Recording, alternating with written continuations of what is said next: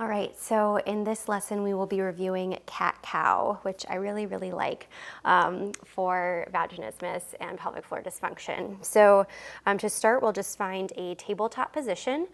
So we'll spread our fingers wide. My wrists are underneath my shoulders and my knees are underneath my hips. The first thing that I'm going to do is I'm going to push my heart and my ribs up toward the ceiling. And then without sacrificing my rib cage, I am going to separate my sits bones and I'm going to find a nice anterior tilt in my pelvic floor. Again, we're not forcing anything here. We're kind of finding what our natural position is.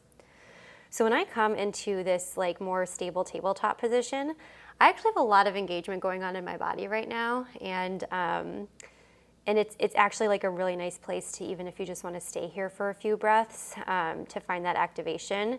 My glutes are getting activated, my obliques are activated. I'm getting some like nice like shoulder and like some stuff going on in my arms. It's really great. I love it. Like you don't need to do a lot in order to get like a good exercise and you know, have a good like experience with like building strength in your body. If we are ready to move on to cat-cow, the first thing that I want to consider, well, two things. One, I'm going to keep my sits bones separated the entire time that I'm flowing between the movements. So inhaling into cow and exhaling into cat, my sits bones are separated the whole time.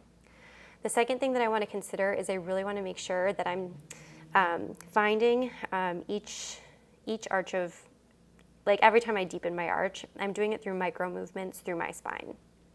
So as I inhale into cow, I'm letting that start with my sacrum. I'm going super, super slowly here, just tiny little micro movements. It's getting into the middle of my back. Now it's getting up more toward my chest area, my upper back.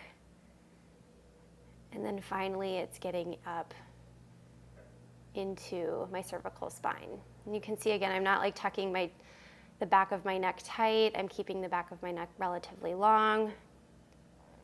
My sits bones are separated. I'm getting a little bit of a rib flare, but that's because I'm in cow pose and I'm letting that all hang out. And then same story when I find my cat pose. Again, I'm starting from my sacrum. I'm keeping my sits bones separated. And I don't have a ton of mobility in my low back. So this is actually really hard for me and a very good workout. And I'm getting into the center of my back and then all the way up toward the top. And again, taking cat-cow super, super slow, again, can be like a workout all on its own. And it's a great way to kind of familiarize yourself with, you know, at what degree of finding that anterior tilt in my pelvic floor or my pelvic bowl, do my ribs want to flare? And vice versa. And again, it's also just great for keeping the pelvic floor nice and open.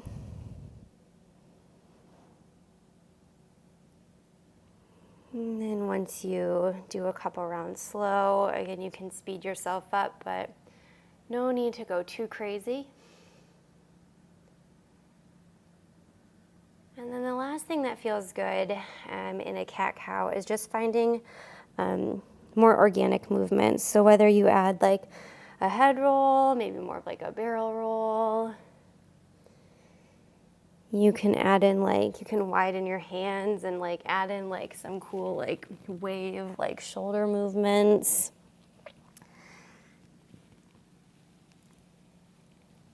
And this I would say is less about anything like more technical and more about just like finding a sense of fluidity and freedom in your body.